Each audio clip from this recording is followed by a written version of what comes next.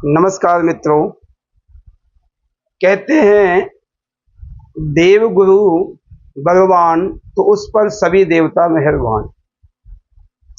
यदि आपके चार्ट में बृहस्पति देवता का प्रभाव बहुत अच्छा है, शुभ प्रभाव है, तो लगभग मैं देखता हूं कि आपका चार्ट लगभग सब तरह से बलवान है और पावरफुल है।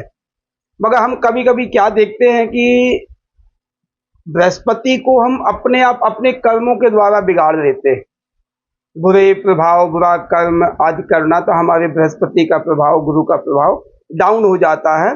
और फिर ज्योतिषी से कहते कहते मेरा काम नहीं बन रहा, ज्योतिषी कह रहे बनना चाहिए। तो एक कारण आपका हो सकता है।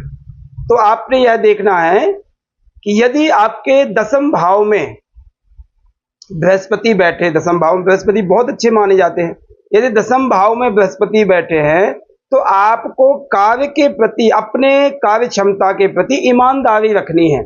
ये नहीं है कि आप बृहस्पति आपको हेरा फेरी नहीं करने देगा। यदि आप हेरा फेरी करोगे, इधर उधर के पैसे या किसी को परेशान करोगे, तो आपका बृहस्पति डाउन हो जाएगा। तो आपका कार्य के प्रति आपको अच्छी क्षमता रखनी पड़ेगी। यदि आपके बृहस्पति छठे भाव में बैठा है तो आप न्यायप्रिय बनो। न्यायप्रिय मतलब कि जिसके साथ अच्छा है तो अच्छा कहो, बुरा है तो बुरा कहो, उसके साथ न्याय करो। ऐसा नहीं है कि आप अन्याय करने लग जाओ। तो छठे भाव का बृहस्पति आपको पावर नहीं देगा।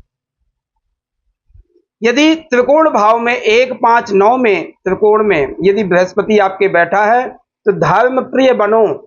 अपने धर्म पर विश्वास निष्ठा करो, अपने धर्म की रक्षा करो, तो आपका ये फायदा करेगा। यदि आपका 12वें भाव में बृहस्पति बैठा है तो आप दानशील बनो।